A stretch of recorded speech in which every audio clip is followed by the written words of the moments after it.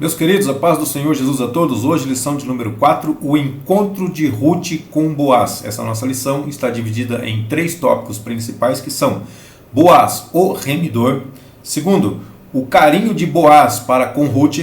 Terceiro, a colheita de Ruth e a sua sobrevivência. Nosso texto áureo se encontra em Ruth, capítulo 2, versículo 12, que diz: O Senhor galardoe o teu feito, e seja cumprido o teu galardão do Senhor, Deus de Israel, sob cujas asas te vieste abrigar. A verdade prática diz que o verdadeiro e puro modelo de bondade é servir uns aos outros de coração, confiando na fidelidade e justiça de Deus. A palavra-chave é encontro. Primeiro tópico, Boaz, o remidor. Primeiro subtópico, um homem próspero. Então Boaz, ele era um homem valente e também poderoso da geração de Elimeleque, está lá em Ruth capítulo 2 versículo 1, e ele também era íntegro, era influente, era um homem de influência, e era um homem íntegro, influente e rico também, tá? Ruth capítulo 2 versículos 5, 6 e o 23 diz assim: Depois disse Boaz a seu moço, gravou aí? Seu moço, que estava posto sobre os segadores. De quem é esta moça? Então Boaz se dirige ao seu moço. No caso aqui é o líder dos segadores. Os segadores são funcionários de Boaz, e também o líder dos segadores também é um funcionário de Boaz. E o Boaz se dirige a ele e faz uma pergunta: de quem é esta moça? Ou quem é essa moça? De onde veio essa moça?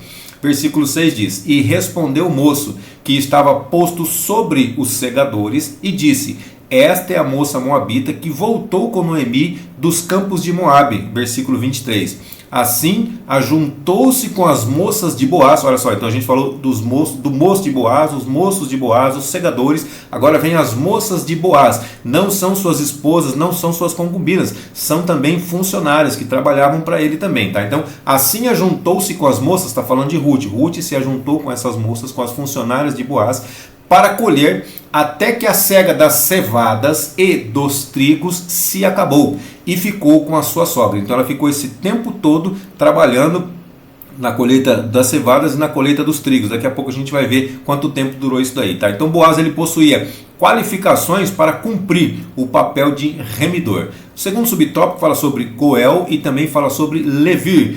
Goel significa resgatador, mas resgatador do quê? Resgatador da terra, resgatador de bens e etc. E Levir é uma lei que previa o casamento do cunhado em caso de morte do irmão, para suscitar descendência ao falecido. Ou seja, um irmão morre, uma pessoa casada com outra, essa pessoa morre. O irmão dessa pessoa que morreu, ele tinha que se casar com a viúva para poder gerar descendência ao nome dele, para que o nome dele não se apagasse de Israel. Ruth 4 e 3 diz assim: Então disse ao remidor: Aquela parte da terra que foi de Elimeleque, nosso irmão. Olha só, não dá para saber se a gente sabe que ele não era irmão de sangue, não era irmão, diretamente, propriamente dito, filho do mesmo pai, filho da mesma mãe, não, mas é da descendência. Então ele fala assim, nosso irmão, porque ele quer dizer que é da mesma descendência.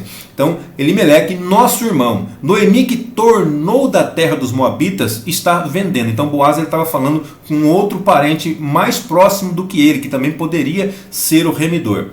Então eram 2 prescrições distintas contidas na lei de Moisés, a do resgatador e também a lei do levirato, que é o levir que a gente viu lá. O Goel, né, que é o resgatador, e o levir, que é o levirato. O Levítico 25:48 diz assim: Depois que se houver vendido, haverá resgate para ela. Um de seus irmãos o poderá resgatar. Então aqui no caso terra seria o Goel que seria aplicado, que seria utilizado. Agora no caso de Boaz, havia um remidor mais chegado do que ele. Se você quiser ver, está lá em Ruth capítulo 3 versículo de número 12, tá? Então essa pessoa que ele foi procurar para poder aplicar a lei do levirato, de poder resgatar a Ruth, a pessoa da Ruth, né, para poder gerar descendência ao seu falecido. O terceiro subtópico fala sobre temor e também fala sobre respeito. Ruth capítulo 2 versículo 4 diz assim: E eis que Boaz veio de Belém e disse aos segadores: O Senhor seja convosco. E disseram-lhe eles: o Senhor te abençoe. Então você prestou atenção aqui, olha só como que um homem de bem cumprimenta, e olha como as pessoas de bem também respondem ao cumprimento. Então a saudação de Boaz demonstra que ele temia Deus, ele era temente a Deus, e ele também respeitava os seus servos como pessoas, como seres humanos. Então, por outro lado, a resposta dos servos também indica que eles respeitavam o patrão e que eles também temiam a Deus. Então, patrões e empregados, eles devem se tratar com mútua consideração, reconhecendo a posição e o papel próprio de cada um, ou seja, cada um precisa se colocar no seu próprio lugar. Cada um precisa ser colocado no seu próprio lugar. Eu preciso me colocar no meu lugar, você precisa se colocar no seu lugar, sem que ninguém precise fazer isso.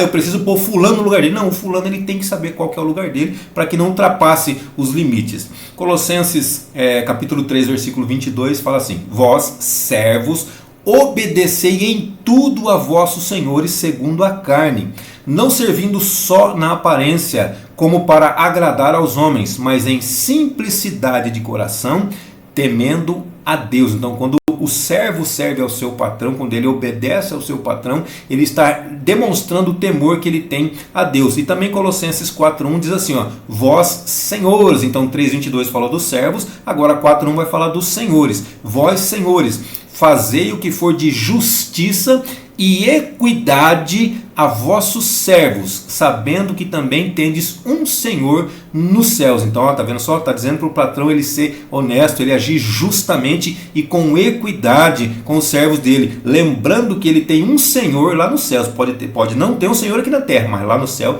ele tem um Senhor, alguém que está acima dele.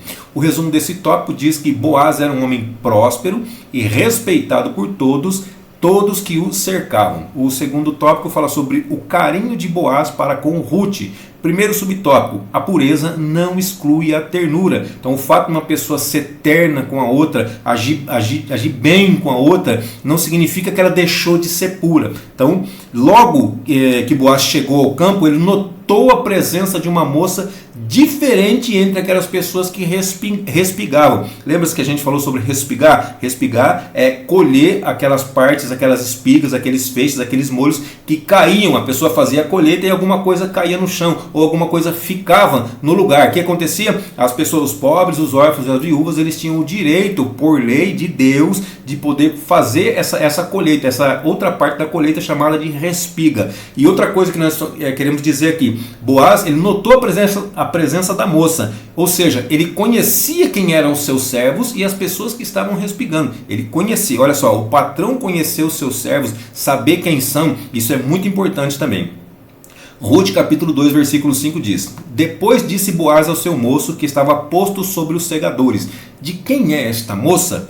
Aí, informado de quem era, ele recebeu a resposta do moço, ele dirigiu-se a ela de uma forma carinhosa, chamando-a de filha, e também deu liberdade para continuar respigando, continuar fazendo a colheita, e também lhe assegurou de que seria tratada com respeito. Olha só, Ruth 2,9: não dei ordem aos moços para que não te toquem. Olha só, então ele agiu respeitosamente com ela, apesar dela ser uma estrangeira, uma moabita, apesar dela não fazer parte do quadro de funcionário dele, ele tratou ela com respeito. Olha só, o patrão precisa tratar o funcionário com respeito, da mesma forma o funcionário precisa tratar o patrão com respeito. No caso, Ruth não era funcionária, mas ela estava nas cercanias, ela estava na plantação de Boaz, então ela precisava também ser respeitosa. Então, assédio moral e assédio sexual são atitudes pecaminosas. Então Boaz, ele era um cavalheiro, muito educado com todas as pessoas, inclusive com os estrangeiros.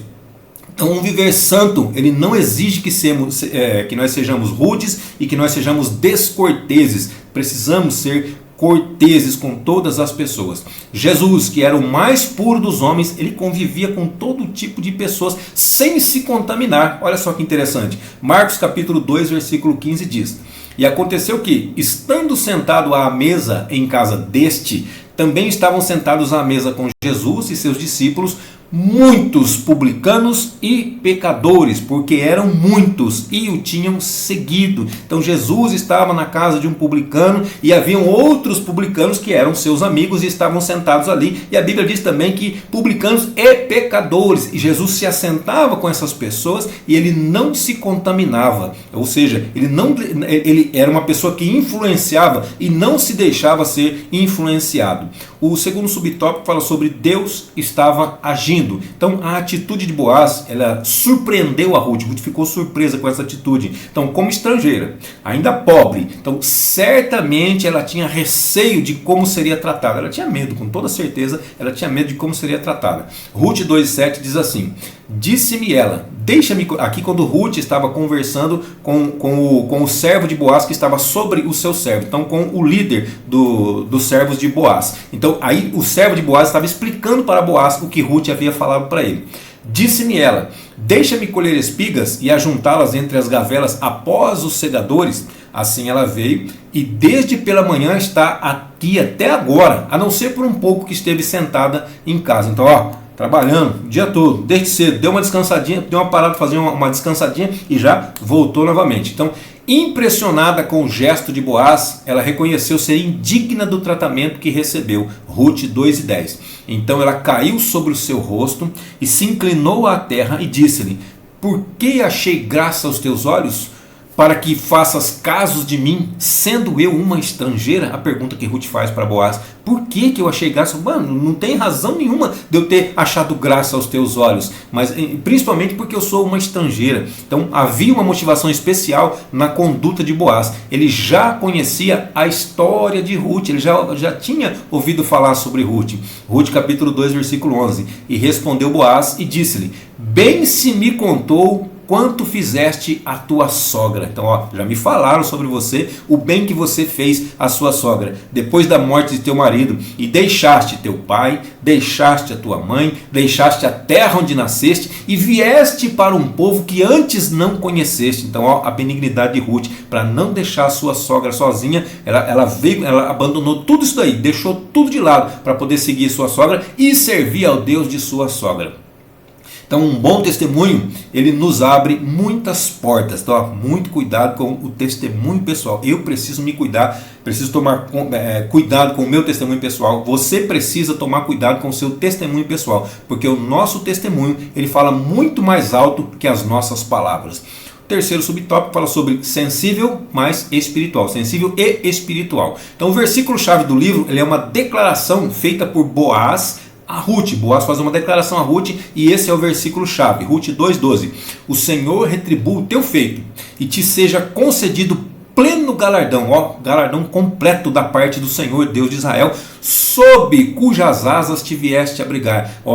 Ele está dizendo que ela veio se abrigar debaixo das asas do Deus de Israel, do Todo-Poderoso. Então Boaz, ele tinha uma profunda compreensão espiritual. As palavras dele tocaram profundamente o coração de Ruth. Ruth 2,13 diz assim, e disse ela: ache eu graça aos teus olhos, Senhor meu, pois me consolaste e falaste ao coração da tua serva, não sendo eu ainda como uma das tuas criadas. Eu não sou nenhuma das tuas funcionárias, nenhuma das tuas criadas, e eu já achei graça aos teus olhos. Ela está agradecendo a ele. O resumo desse tópico diz que Boaz tratou Ruth com ternura, respeito e também sensibilidade espiritual. O terceiro tópico fala sobre a colheita de Ruth e a sua sobrevivência. Primeiro subtópico, a lei da semeadura. Então, uma cosmovisão secular, ela produz a ilusão de que nós vivemos em um mundo dos homens. Só os homens, são os homens que dominam, os homens que fazem o que acontece, apartados de Deus e que não são afetados por ele. Isso é uma cosmovisão, uma visão geral de tudo aqui. As pessoas imaginam que é isso daqui, que Deus não interfere, Deus criou e largou aqui. Mas 1 Timóteo 4,1 diz assim, mas o Espírito expressamente diz que nos últimos tempos apostatarão alguns da fé, dando ouvidos a espíritos enganadores e também a doutrinas de demônios. Então as pessoas vão parar de ouvir o que Deus tem para falar, parar de meditar na sua palavra e dar ouvidos a espíritos enganadores e também doutrinas de demônios. Demônios, eles ensinam as pessoas que dão ouvidos a eles, e eles ensinam coisas para praticar contra o Senhor, para agir contra o Senhor. Então essa é a doutrina de demônios, e também as pessoas que ficam dando ouvidos a espíritos enganadores vão aprender muita coisa errada, vão aprender a fazer coisas contra aquilo que é da vontade do Senhor. Então essa visão dualista em nada condiz com as escrituras, porque Ruth, ela decidiu servir ao Deus de Israel em vez de Quemos, ou Quemos, depende se tem acento ou não na sua tradução aí, tá? Não importa.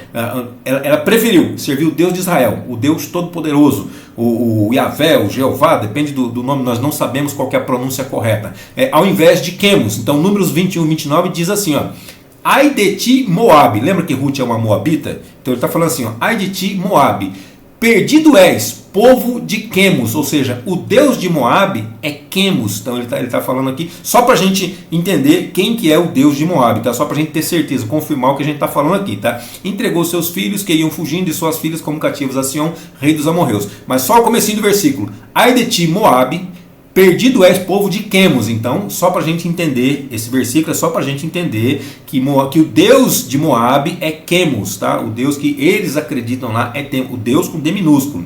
Aí também 1 Reis, primeiro livro dos Reis, capítulo 11, versículo 7 diz, então edificou Salomão um alto a Quemos, a abominação dos moabitas. Mais uma vez, repetindo, só para nós dizermos que Quemos é o Deus dos moabitas. Os moabitas acreditavam, eles tinham Quemos ou Quemos como Deus deles, sobre o monte que está diante de Jerusalém, e a Moloque, a abominação dos filhos de Amon. Então aqui já é só a continuação do versículo, mas só a primeira parte também, para nós entendermos, tá?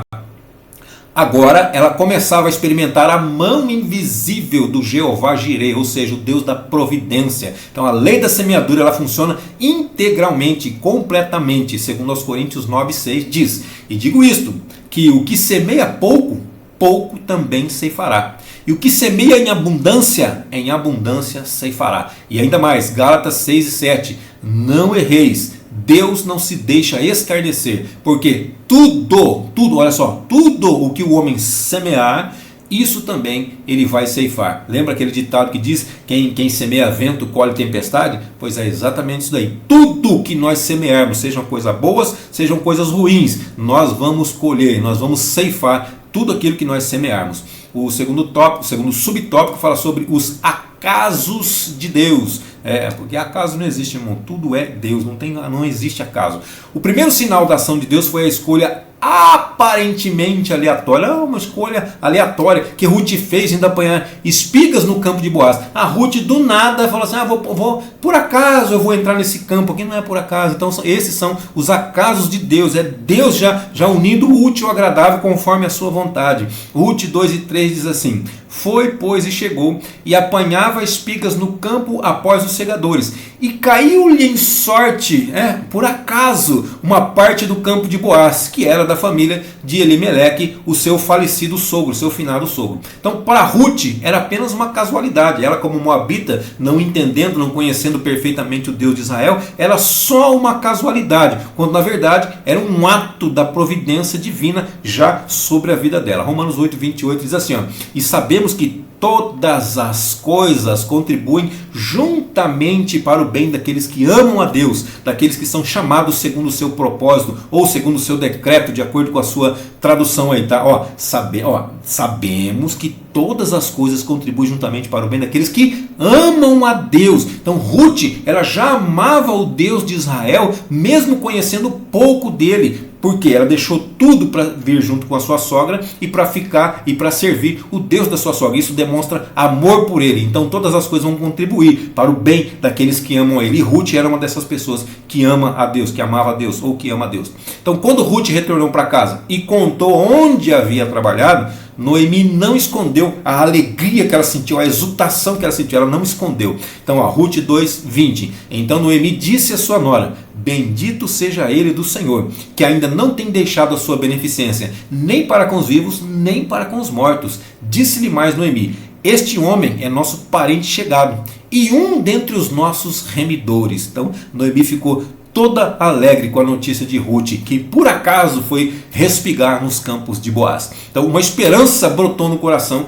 da pobre viúva. O terceiro subtópico fala sobre o resultado da colheita. Então, alguns frutos das nossas ações, eles são colhidos de imediato. Outros, eles levam algum tempo para poder aparecer.